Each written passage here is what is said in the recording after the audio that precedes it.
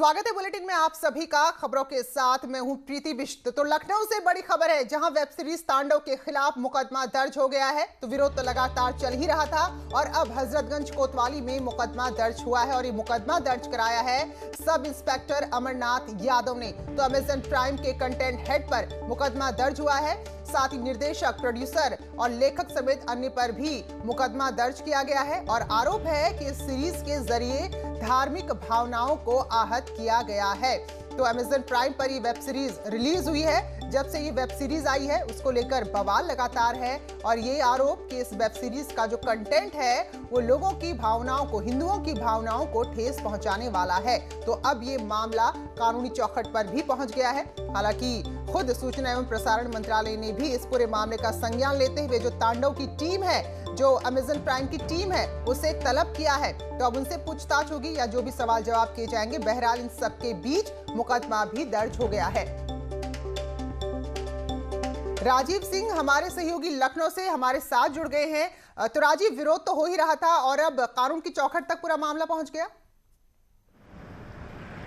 देखिए, जिस तरह से तांडव वेब सीरीज का पूरे देश और खासकर उत्तर प्रदेश के विभिन्न धार्मिक स्थल अयोध्या, मथुरा, काशी और प्रयागराज में संतों ने विरोध शुरू किया था, उसी के तर्ज पर सोशल मीडिया पर भी इस फिल्म को बैन करने की मांग की जा रही थी। ऐसे में लखनऊ पुलिस द्वारा कल देर रात एक मुकदमा दर्ज किया गया है, जिसमें न सिर्फ तांडव फिल्म के डायरेक्टर, प्रोड्यूसर और राइटर के खिलाफ FIR, नामजद FIR दर्ज की गई है, बल्कि जो अमेजन वेबसाइट है उसके भी इंडिया कंटेंट हेड के खिलाफ FIR दर्ज की गई है। इसमें कहा गया है कि जो ये मूवी है उसमें कहीं ना कहीं धार्मिक भावनाओं को भड़काने का काम किया गया है, जिसके खिलाफ ऐसे में इस मामले में विधिक कार्रवाई की जानी चाहिए। जी बिल्कुल राजीव, क्योंकि हम ये देख रहे थे कि प्रदर्शन लगातार हो रहे हैं और खुद जो केंद्र का सूचना एवं प्रसारण मंत्रालय है उसने भी टीम को तलब किया है। और राजीव, क्या ये जानकारी मिल पाई है कि कौन कौन से आरोप लगे हैं FIR में और किन धाराओं में अब आगे कार्रवाई होगी?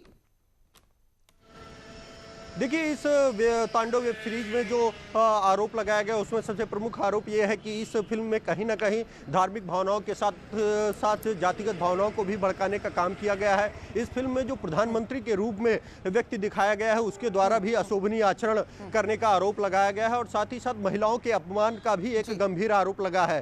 तो इन तमाम आरोपों के चलते विभिन्न संगीन धाराओं में 153A, 207 समेत कई करीब आधा दर्जन से अधिक संगीन धाराओं में मुकदमा दर्ज किया गया है, जिसमें जो तांडव फिल्म निर्माता और निर्देशक हैं उनके साथ ही साथ जिस OTT प्लेटफॉर्म के जरिए इसको लॉन्च किया गया है उसके खिलाफ भी मुकदमा दर्ज किया गया है। तो आने दर्ज हो गया है। और इसके अलावा आपके पीछे की तस्वीरें ये भी बता रही हैं कि ठंड कितनी है इस वक्त राजधानी लखनऊ में। तो कड़ाके की ठंड इस वक्त उत्तर भारत में पड़ रही है, जनजीवन अस्त व्यस्त है, लगातार बर्फीली हवाएं चल रही हैं जिससे तापमान काफी गिर गया है।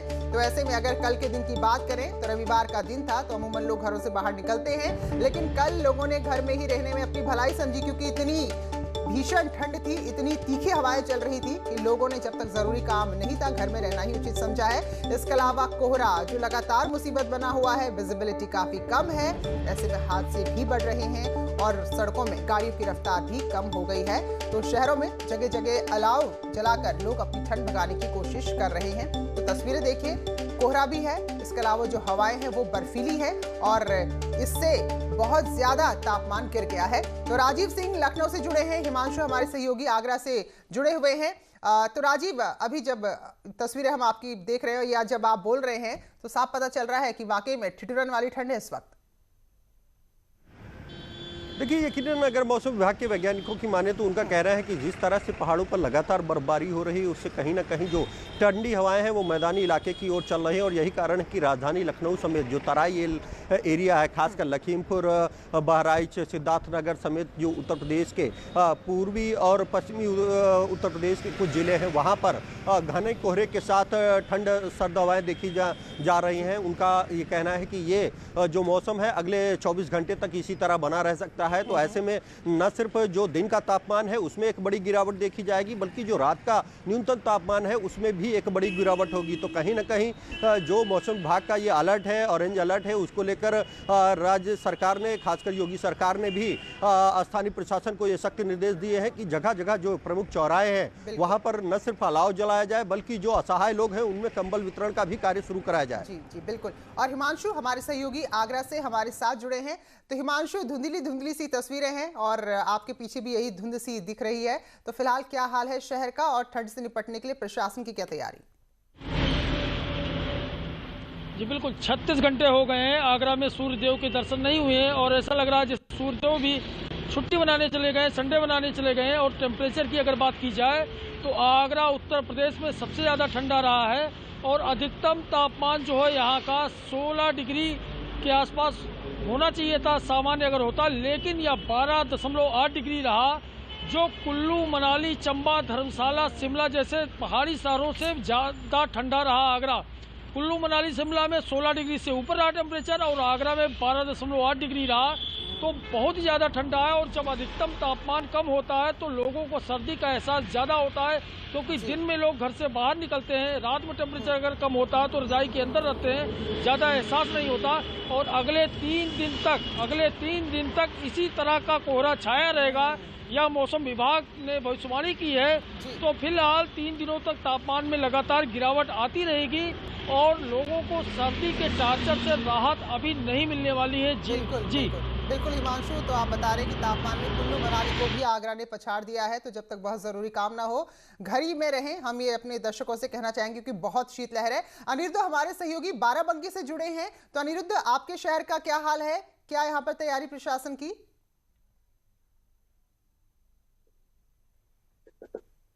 देखिए, मैं बताना चाहूंगा कि जिस तरीके से बीते दिनों मौसम विभाग ने जिन 22 जिलों को कोल्ड डे के तहत घोषित किया था उसमें से बाराबंकी भी था। बाराबंकी की बात करी जाए तो सुबह का 8 बज रहा है और विजिबिलिटी आप देख सकती है कि 0 विजिबिलिटी है, जिसके चलते पब्लिक को 2-4 जरूर होना पड़ रहा है। वहीं प्रशासनिक अमले की बात करी जाए तो उनकी तरफ से अभी तक देखा जा रहा है कि कोई खास इंतजाम नहीं किए गए हैं, क्योंकि जिन लोगों को, जो लोग के पास रहने की जगह नहीं है, उनके लिए रैन बसेरों की पुख्ता इंतजाम नहीं है, अलाव की व्यवस्था नहीं है, तो कहीं ना कहीं ये देखने वाली बात होगी कि अब आने वाले दिनों में जिस तरीके से ठंड का कहर, जो ये बर्फ रहा है जिस तरीके से, उससे प्रशासन किस तरीके की इंतजाम आने वाले दिनों में करता है। तो इससे अंदाजा लग सकता है कि कितनी ज्यादा ठंड है। तो यही कुछ दिन है, तो यहाँ पर और ज्यादा एक्स्ट्रा अलर्ट रहने की जरूरत है। बहुत बहुत शुक्रिया राजीव, अनिरुद्ध और हिमांशु, आप तीनों सहयोगियों का हमारे साथ जुड़ने के लिए। तो चलिए, ठंड है, कोहरा है और हादसे भी बढ़ रहे हैं। कन्नौज से खबर आई है जहां एक्सप्रेसवे पर हादसा हुआ, आगरा लखनऊ एक्सप्रेसवे पर हादसा हुआ और गाड़ियां आपस में टकराती चली गई। डीसीएम और 3 कारें आपस में टकराई हैं। डीसीएम और एक कार में आग लगी जिसमें 13 लोग जख्मी हुए हैं और इन 13 में से 4 की हालत गंभीर बनी हुई है। तो कोहरे का मौसम जो होता है वो सड़क पर चलने वालों के लिए बड़ा ही खतरनाक, और खासतौर पर अगर एक्सप्रेसवे से आप जा रहे हैं, रफ्तार पर नियंत्रण नहीं है, तो ऐसा ही हादसा आगरा लखनऊ एक्सप्रेसवे पर कन्नौज के पास पेश आया है, जहां एक-एक करके 4 गाड़ियां आपस में टकरा गई। 13 लोग घायल हुए हैं, 4 की हालत गंभीर बनी हुई है।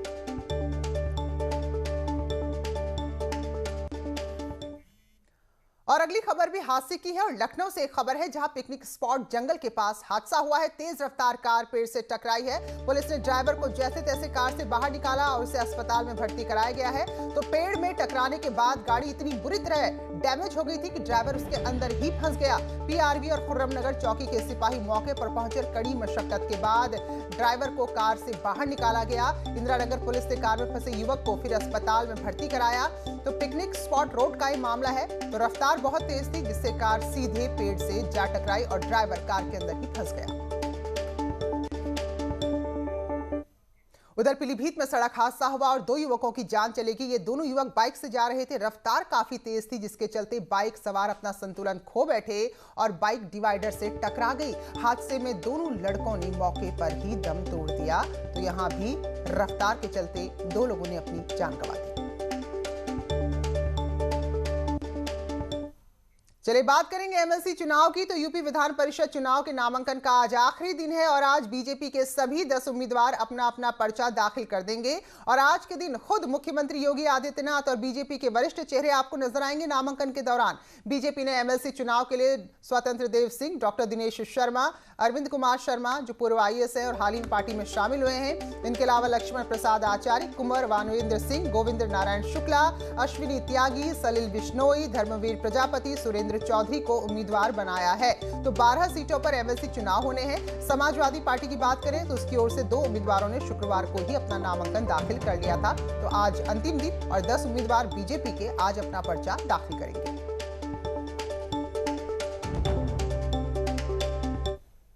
और वहीं पूर्व प्रशासनिक अधिकारी, पूर्व आईएएस अधिकारी अरविंद कुमार सिंह जो बीजेपी में शामिल हो गए हैं, अरविंद कुमार शर्मा, उन्होंने मुख्यमंत्री योगी आदित्यनाथ से मुलाकात की है। बीजेपी में शामिल होने के बाद मुख्यमंत्री आवास पर पहुंचे, उनसे मुलाकात की। तो अगर अरविंद कुमार शर्मा की हम बात करें तो प्रधानमंत्री मोदी के काफी करीबी रहे, बेहद खास नौकरशाह रहे हैं। 14 जनवरी को ही वो बीजेपी में शामिल हुए थे। तो आज एमएलसी का पर्चा भरेंगे। तो यही कयास लगाए जा रहे हैं। जिस तरह से बतौर प्रशासनिक अधिकारी बड़ी जिम्मेदारियां निभाई हैं अरविंद कुमार शर्मा ने, ऐसी ही राजनीति में भी बीजेपी उनको बड़ी जिम्मेदारियां दे सकती है।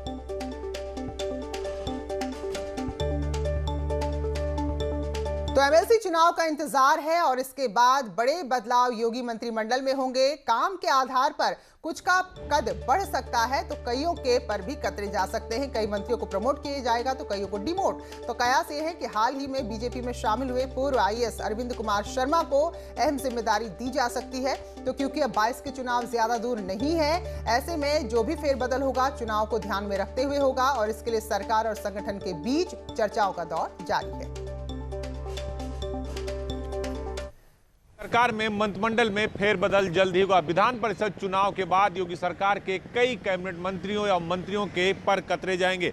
परफॉर्मेंस के आधार पर उन्हें पद दिए जाएंगे और उनके पद से उन्हें हटाया जाएगा। अब सरकार और संगठन इस बात पर तालमेल कर रहा है कि आखिर अब मंत्रिमंडल का जब विस्तार होगा तो कौन से नए नए चेहरे शामिल होंगे। हालांकि एक नाम ऐसा जो सबसे ज्यादा चर्चा में वो है गुजरात कैडर के आईएएस अरविंद शर्मा, जिन्होंने 2 साल पहले ही रिटायरमेंट लेकर उत्तर प्रदेश बीजेपी का दामन थामा है और बीजेपी की पहली सूची में उन्हें विधान परिषद सदस्य नामित किया गया और कल इसका नामांकन होगा। बाकायदा मुख्यमंत्री मौजूद होंगे, यानी अरविंद शर्मा को उत्तर प्रदेश सरकार में बड़ी जिम्मेदारी दी जा सकती है, उन्हें बड़ा ओहदा दिया जा सकता है। इसको लेकर अटकलें लगाई जा रही है। वीडियो जर्नलिस्ट उपेंद्र के साथ अजीत सिंह, न्यूज 18 लखनऊ। और राज्यपाल आनंदीबेन पटेल आज शाहजहांपुर के दौरे पर रहेंगी। दोपहर 12 बजे विनोबा सेवा आश्रम पहुंचेंगी और 40वां स्थापना दिवस है आश्रम का, जिसमें हिस्सा लेना है राज्यपाल को। और इसके अलावा महिला किसान उत्पादक के प्रतिनिधियों से भी मुलाकात करेंगी और इसके अलावा जिले में जो टीबी रोगियों को गोद लिया गया है उनका भी हालचाल जानेंगी। तो फिलहाल राज्यपाल के दौरे को देखते हुए पूरे इंतजाम, पूरी व्यवस्था यहाँ पर पूरी कर ली गई है।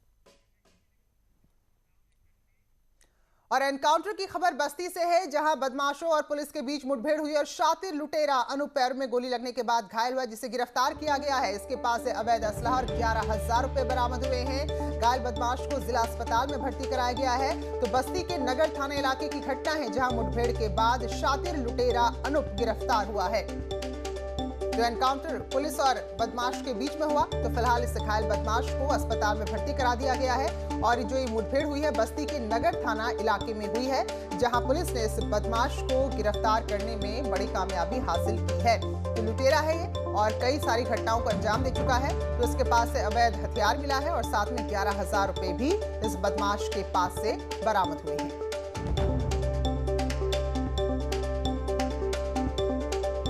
मुठभेड़ जो लगातार राज्य के अलग अलग हिस्सों में हो रही है और ऐसी कामयाबी मिली है बस्ती में।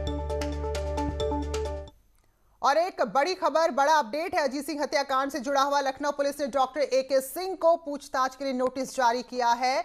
दरअसल 6 जनवरी को जब ये पूरा शूट आउट हुआ था, इस दौरान एक शूटर घायल हुआ था और इसका इलाज डॉक्टर एके सिंह के ही अस्पताल में हुआ था। तो अब डॉक्टर एके सिंह को तलब किया गया है और अब उसे पूछा जाएगा कि किन हालात में यहाँ पर वो आया था और क्या कुछ बातें उस दौरान हो रही थी। तो विभूति खंड इलाके में इस घटना को अंजाम दिया गया था, जब अजीत सिंह पर ताबड़तोड़ 25-26 गोलियां दागी गई थी। तो अजीत सिंह एक विधायक हत्याकांड में गवाह था और गवाही देने के लिए ही लखनऊ आया था, लेकिन उससे पहले ही विभूति खंड इलाके में बदमाशों ने ताबड़तोड़ फायरिंग कर अजीत सिंह की हत्या कर दी। शाहजहांपुर की एसओजी ने 5 क्रिकेट सट्टेबाजों को गिरफ्तार किया है। इनके पास से 62,000 सट्टे की पर्चियां मिली है, इलेक्ट्रॉनिक डिवाइस मिली है, साथ में 8 मोबाइल फोन भी मिले हैं। तो ये लोग किराए के गोदाम में सट्टे का काला कारोबार चला रहे थे, लेकिन पुलिस को भनक मिली तो बड़ी कार्रवाई की गई। थाना चौक कोतवाली के बिजलीपुरा इलाके में पूरे सट्टेबाजी का खेल चल रहा था। एक महत्वपूर्ण सफलता प्राप्त की है। कोतवाली क्षेत्र में पवन राठौर के गोदाम से 5 लोगों की गिरफ्तारी की है। इनके पास से 61,000 रुपए, सट्टा पर्ची, रजिस्टर और 8 मोबाइल बरामद हुए तथा अन्य इलेक्ट्रॉनिक उपकरण बरामद हुए। ये लोग ऑस्ट्रेलिया क्रिकेट लीग मैच के बिग बैश पर सट्टा लगा रहे थे। इनकी रंगे हाथ गिरफ्तारी की गई और आवश्यक पुलिस कार्रवाई सुनिश्चित की जा रही है। और फिलहाल एक ब्रेक के लिए रुक रहे हैं, लौटेंगे जल्दी।